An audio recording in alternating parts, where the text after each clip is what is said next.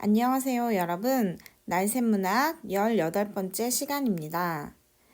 자, 우리 지난 시간에 소설의 이론을 간단하게 살펴보고 소설을 감상하기 위해 중요한 요소들인 인물 파악하기, 줄거리 간추리기, 그리고 작가가 말하고 싶었던 주제에 대해서 생각해보기, 이 세 가지에 대해서 이야기하는 시간을 가졌었습니다.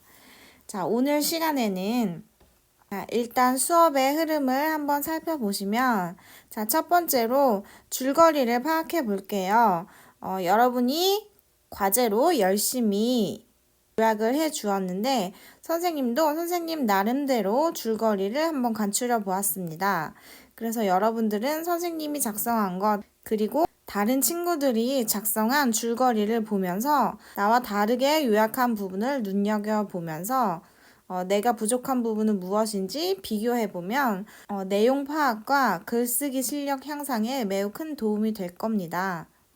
자, 그래서 줄거리를 다 같이 한번 파악을 해보고 여러분들이 과제로 제시했던 질문들 중에 소설의 내용 안에서 답을 찾을 수 있는 그런 사실적 질문들에 대해서 해결을 해보도록 할게요.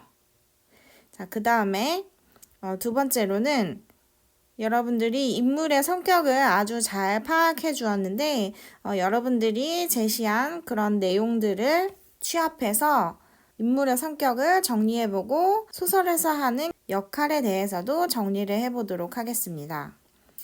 그 다음에 세 번째로는 소설에서 명확하게 나타나 있지는 않지만 우리가 정황상 추측해서 알 수 있는 그런 추측 질문에 대해서 설명을 해보도록 하겠습니다. 또한 우리 소설의 제목이기도 하죠. 이거는 선생님이 여러분에게 던진 질문이었는데요. 여러분들이 굉장히 다양하고 깊이 있게 조준균의 세계에 대해서 정리를 해주었어요. 그래서 선생님도 여러분의 답변을 보고 더 이 작품에 대해서 깊이 있게 이해할 수 있었던 것 같아요. 그래서 우리 과연 조준균의 세계란 무엇인가에 대해서 정리를 해보도록 하겠습니다. 그리고 마지막으로 작가가 이 작품을 통해서 말하고 싶었던 것은 무엇일까? 자, 주제를 파악해보는 것이죠. 그것을 통해서 작가가 던진 문제의식과 하고 싶은 말에 대해서 어느 정도 공감할 수 있는지, 그리고 나라면 어떻게 행동했을까에 대해서도 이야기를 해보면 좋을 것 같습니다. 마지막으로 선택 질문에 대해서 여러분들 스스로 답변을 해보는 것을 이제 과제로 제시를 하면서 이 소설 수업을 마무리해 보도록 하겠습니다. 그런데 강의를 찍다 보면 시간상 내용이 조금 길어질 수도 있을 것 같아요. 그래서 일단은 하는 데까지 촬영을 하고 여러분들이 부담을 느끼지 않는 선에서 영상을 끊어서 2, 3차 시에 걸쳐서 올려보도록 하겠습니다. 그런데 오늘 시작 화면이 좀 나름대로 귀엽지 않나요? 이 소설에 푹 빠져 있다 보니까 자꾸 나는 나태하지 않았습니다 라고 적힌 그 수첩이 자꾸 떠오르더라고요. 그래서 그런 이미지를 그림으로 한번 그려서 표지로 삼아 봤습니다.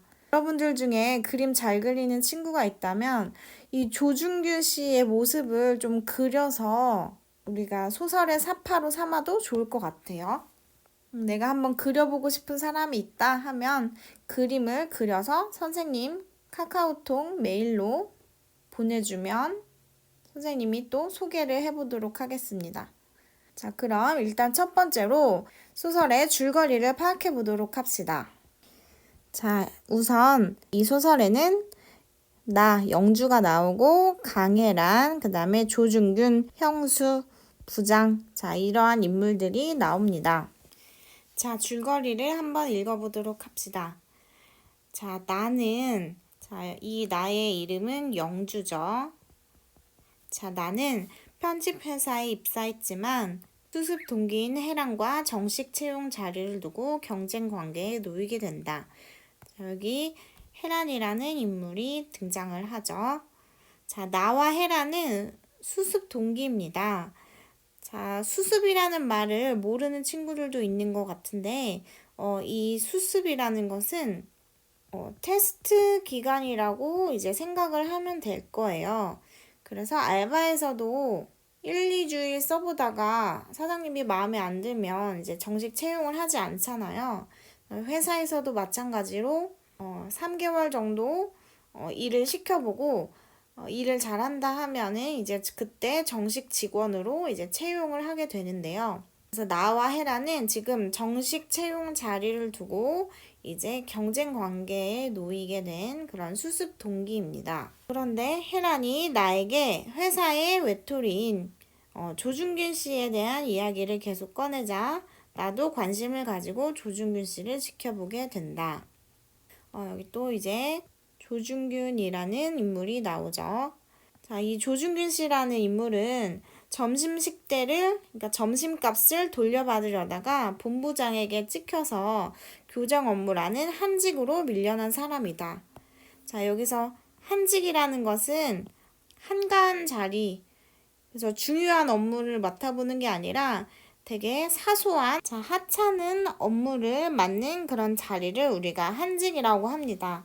그래서 회사에서 문제를 일으킨 사람은 보통 한직으로 좌천됐다라고 얘기를 하기도 합니다. 자, 그래서 조준근 씨는 점심값을 돌려받으려다가 이제 한직으로 밀려난 사람인데요. 그러한 해란과 조준균 씨와 함께 셋이서 늙은 교수의 교재 개정판 작업을 함께 하게 됩니다. 자, 여러분 개정판이라는 개념을 모를 수도 있는데 우리가 책을 출판하게 되면은 자, 초판을 발행을 하고 재판을 발행하기도 하고 개정판을 발행하기도 해요. 자, 초판이라는 것은 처음 초자를 써서 그냥 제일 처음 찍어내는 책을 우리가 초판본이라고 합니다. 그 다음에 재판본이라는 것은 다시 제자를 써서 이 똑같은 내용의 변함이 없는 책을 그냥 부수가 다 팔렸기 때문에 더 찍어서 팔아보려고 다시 한번 찍어내는 거예요. 그래서 재판을 한다. 재판본이라고 하고, 그래서 초판본과 재판본은 내용상에 아무런 차이가 없어요. 자, 근데 이제 개정판이라고 하는 것은 책을 낸 지가 오래되다 보면은 또 새로운 사실들이 발견이 되면서 추가해야 될 내용들도 있고, 자, 이런 경우에 개정 작업을 거쳐서 개정을 하게 되는데요. 이제 늙은 교수의 교재이다 보니까 고쳐야 될 게 많을 수밖에 없겠죠. 그러는 과정에서 이제 셋이 회식도 하게 되는데 그 자리에서 조준균 씨의 과거 일화를 듣게 됩니다. 자, 여러분 일화라는 단어 기억나죠? 우리 작년에 달밤이라는 에서 향수관과 관련된 일화 2가지 얘기하면서 했었죠. 그러니까 하나의 에피소드, 그냥 재미있었던 짧은 이야기라고 이해를 하면 됩니다. 자, 그런 과거 일화를 듣게 되는데요. 자, 조준균 씨는 특이한 이력을 가지고 있었어요. 자, 바로 대학생 때 데모를 하다가 경찰서에 붙잡혀 가기도 했고, 이제 경찰서에서 풀려나는 날 이제 경찰이 조준균 씨한테 목욕이나 하고 가라고 이제 5,000원을 셔츠 주머니에 꽂아주니까 거기에 모욕을 느끼면서 그것을 되갚아주기 위해서 항상 셔츠 주머니에 이자까지 쳐서 2만 원을 꽂아주는 그런 사람이었죠. 그래서 그러한 자신이 당했던 그런 치욕을 잊지 않고 되갚아주려는 그런 인물이기도 한 거고요. 자, 독재 정권을 지지하는 교수의 이름만 쓰기 시험에 불응하여 응시하지 않았다라는 뜻이에요. 응시하지 않아서 유급을 하고 이제 진학을 하지 못하고 낙제를 했다라는 뜻이에요. 유급을 하고 군대에 갔다가 이제 사고로 손가락 몇 마디를 잘리기도 했다. 이 손가락 몇 마디 잘린 것은 소설의 맨 뒷부분에 나와서 알 수 있는 부분이죠. 그래서 데모하던 학생들을 계속 비판했던 친정부 성향의 그런 교수였는데요. 이 소설에 정확하게 연도가 나오지는 않지만 조준균 씨가 40대의 아저씨고 대학생 때 데모를 했다라는 것을 바탕으로 추측을 해보면 전두환 노태우 시절의 그런 신군부 독재 정권이었다라고 추측해 볼 수 있을 것 같습니다. 그래서 그 시민들을 대량 학살했던 군부 독재 정권을 지지하는 교수가 이름만 쓰고 밖에 나가지는 못하는 그런 시험을 제시를 했어요. 그래서 그 교수의 강의는 이제 필수 강의이기 때문에 조중균 씨가 어쩔 수 없이 듣게 되었던 건데, 그 교수가 시험마저도 정말 성의 없이 내니까 조중균 씨가 왜 시험 문제가 없는 거냐고 감독관에게 따지면서 이제 이런 사태가 벌어지게 되는 거죠. 자, 한편 민주화 운동을 위한 집회에서 자주 낭송됐던 전단시인 지나간 세계는 조중균 씨가 창작한 것이지만 바로 그 교수의 시험 시간에 이름을 쓰지 않고 창작한 시였죠. 자, 하지만 그 시는 모든 사람들이 자기 이름으로 낭송할 수 있었다라는 그런 조중균 씨의 친구인 형수 씨의 말에 서술자인 영주 나가 그건 도용이잖아요 라고 말을 하니까 형수 씨는 자신들의 세계를 니들은 이해하지 못한다면서 화를 냈었죠. 자, 이 장면에서 형수 씨가 왜 그렇게 화를 냈는지 이해가 안 간다고 이제 질문을 해준 친구들도 있는데요. 자, 이 어떤 감정인지 우리가 다시 한번 질문 시간에 확인해 보도록 하겠습니다. 이제 집에 돌아가는 길에 혜란 씨는 자신은 그분들의 세계를 알 수도 있을 것 같다라고 하면서 눈물을 흘리는 모습을 보이기도 했습니다.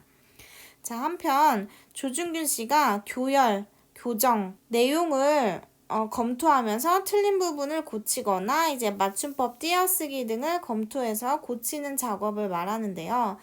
그러한 작업을 너무 꼼꼼하게 해서 개정판 작업에 이제 차질이 생기게 됐어요. 자, 이 장면은 조중균 씨가 지나치게 너무 꼼꼼하고 일을 느리게 하는 거 아니야? 라고 생각할 수도 있지만 그만큼 그 노 교수의 책이 엉망진창이었다라고 볼 수도 있는 거죠. 그래서 역사적 사실과 다르고 기록과 다른 그런 역사책을 출판사의 이름을 걸고 출판을 해야 되는데, 그러다 보면 이제 출판사의 권위가 떨어질 수도 있잖아요. 그래서 조중균 씨는 잘못된 사실을 바로잡기 위해서 그냥 야근까지 하면서 꼼꼼하게 했던 건데, 그럼에도 불구하고 작업이 더뎠다는 것은 그만큼 교수의 책이 엉망이었다라고 이제 볼 수도 있는 거죠. 하지만 결국에 노 교수가 제시했던 마감 시한을 지키지 못하니까 조준규 씨는 결국 직무유기로 회사에서 잘리게 됩니다. 자, 직무유기. 자, 직무유기라는 것은 유기라는 말을 좀 끔찍한 그런 사건에서 많이 들어봤죠. 내버려 둔다라는 뜻이에요. 그래서 직무, 자신의 업무를 유기 내버려 두고 하지 않았다. 근무 태만이다. 라는 의미입니다. 그래서 조준균 씨는 아이러니하게도 정말 너무 열심히 일하고 정석대로 성실히 임했는데도 직무유기, 태만했다는 이유, 마감 시한을 지키지 못했다는 이유로 이제 회사에서 잘리게 되는 거죠. 자, 그런데 이제 직장 상사들은 조준균 씨가 어떤 사람인지를 잘 아니까 자신들이 부당해고를 한 것이 아니라는 것을 증명하기 위해서 경위서를 쓰게 시켜요. 자, 여기서 경위서라는 것은 사건 경위할 때 하는 그 경위인데요. 이러이러한 상황이 어떻게 발생하게 됐는지 그 과정과 절차에 대해서 적은 문서를 경위서라고 합니다. 영주도 그렇게까지 하고 싶진 않을 수 있지만 어찌됐건 부장이 사인하라고 하니까 사실이기도 하고 자신이 이제 정직원이 되려면 뭐 부장의 눈밖에 나서 좋을 게 없죠. 그래서 나는 나태하지 않았습니다라는 수첩에 사인하기를 거부했던 나가 결국에는 사인을 해서 조중균 씨의 퇴사는 깔끔하게 마무리됐죠. 자, 또한 이제 혜란이를 제치고 정직원이 되었어요. 자, 혜란이는 부장의 말에 의하면 주먹고기 같다. 주먹고기이고, 자, 나는 팩에 든 고기. 비유가 너무 재밌네요. 이 부장이 솔직히 너무 짜증나고 재수없는 그런 꼰대 캐릭터기는 한데 말은 참 재밌게 하는 것 같아요. 선생님이 아재 개그 취향이라서 그런지는 모르겠는데 치킨런 할 수 있나? 그 대사도 선생님 너무 웃겨가지고 계속 한참을 웃었는데 자, 헤라는 주먹고기에 비유하고 나인 영주를 팩에 든 고기로 비유를 하는 것에서부터 이제 부장이 영주를 좋게 보고 있음을 알 수가 있습니다. 영주가 팩에 든 고기라는 것은 상품을 판매하기 위해서 잘 썰어서 팩에다가 깔끔하고 보기 좋게 포장을 했다는 것인데요. 상품성 있게 잘 포장된 것, 결국에는 이제 취업 시장에서 스펙이 좋음을 이제 의미를 하겠죠. 그래서 영주는 관련 대학을 나오고 이제 출판사에서 일해본 그런 경험도 있는 그 출판사에 아주 적합한 정규 코스를 거친 이제 정식 상품이라는 것을 비유한 표현이죠. 자, 그 다음에 이 헤란이 주먹고기라는 것은 이제 부장의 말에 의하면 자, 주먹구구식이다 해서 주먹고기로 비유를 한 거예요. 자, 여기서 주먹구구식이다 라는 것은 어떠한 순서나 절차를 잘 갖추지 않고 그냥 대충대충 닥치는 대로 일을 해치우는 것을 우리가 주먹구구라고 하는데요. 이제 부장은 나름대로 주먹구구식이다 라는 말을 참고했을 때 주먹고기도 목살 근처에 있는 아무렇게나 썰고 남은 고기를 뭉쳐놓은 거, 그것을 이제 주먹고기라고 이제 설명을 하면서 헤란이가 어떠한 정식 절차를 밟지 않고 그냥 이런저런 알바들을 하다 보니까 어느덧 출판사에서 일할 수 있을 만한 그런 실질적인 업무 능력은 갖추었다. 하지만 정식 코스를 밟지 않은 그런 상품성이 떨어지는 직원이다. 이렇게 얘기를 하는 거예요. 자, 물론 이제 소설의 뒷부분에서 이 부장의 해석이 틀린 걸 알게 되죠. 이 나가 식당 아주머니에게 주먹고기는 왜 주먹고기예요? 라고 하니까 아주머니가 이 주먹을 내어 보이면서 주먹을 닮아서 그런 거야 라고 이제 제대로 된 설명을 해주시죠. 네, 선생님이 시각적 보조자료 가져왔는데 어때요? 진짜 고기가 주먹처럼 생겼죠?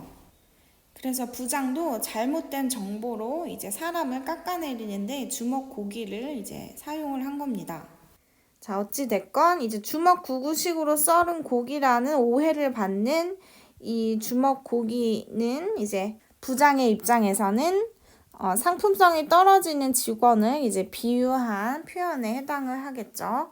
자, 어찌되었건 부장이 처음부터 영주를 좋게 봤으니까 사람을 고기로 비유하는 게 좋게 본 건지는 모르겠지만 어쨌든 영주의 상품성을 더 높게 친 거잖아요. 그리고 마지막 부분에는 이제 조중균 씨의 작업량을 시간 단위로 파악하는 부분에서 부장이 영주에게 지시하고 영주가 헤란에게 지시하게 되는 상하 관계를 자연스럽게 형성하게 되면서 헤란이 정직원이 되지 못할 것이라는 것을 이제 모두가 알게 되는 거죠. 자, 그러한 헤란을 제치고 정직원이 된 나는 회식 자리에서 헤란과 조중균 씨를 떠올립니다. 회사에서 같이 일할 때 셋이서 단란하게 회식을 했다가 이제 그 둘이 사라지고 나서 그리운 마음이 드는 거죠. 자, 그러면서 조중균 씨의 친구인 형수 씨가 운영했던 그 지나간 세계라는 술집에 다시 가보고 싶은 그런 생각을 하게 됩니다. 자, 하지만 그 세계는 명확히 생각나지가 않았어요.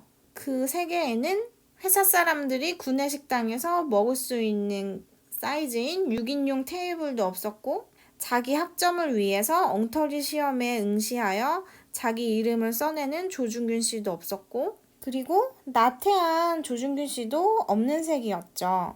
문장과 시와 드라마는 있지만 이름은 없는 세계인 조중균 씨의 세계를 떠올리게 됩니다. 자, 여기서 조중균 씨의 세계가 무엇인지 파악하기 위해서 중요한 단서가 되는 것이 앞부분 수식어에 나옵니다. 자, 이름은 없는 세계인 조중균 씨의 세계이다. 자, 여기에서 이거를 시라고 생각했을 때 이 시어의 의미를 파악할 수 있게 해주는 것은 앞에 나오는 수식어라고 했죠. 우리가 소설을 읽을 때나 어떤 글을 읽을 때는 마찬가지예요. 뒤에 나오는 의미를 모르겠다 싶으면 앞에 수식어에 주목을 해야 됩니다. 조준균 씨의 세계는 시가 있는 세계예요. 지나간 세계라는 민중을 위해서 지었던 그 시가 있는 세계이지만, 자, 이름은 없는 세계래요. 자, 여기서 이름이 없다라고 하는 것은 이 부분과 관련이 되어 있죠. 그 시를 모두가 자기 이름으로 낭송했다. 그래서 이 조준균 씨는 쉽게 말하면 저작권을 별로 주장하지 않았다라는 거예요. 그냥 모두가 모두의 이름으로 이 시를 마음을 담아서 낭송을 할 수가 있었던 거죠. 그래서 이런 저작권에 연연해하지 않는 그런 조준균 씨의 모습을 통해서도 우리는 이 조준균 씨의 세계가 어떤 건지 이제 추측해 볼 수 있을 겁니다.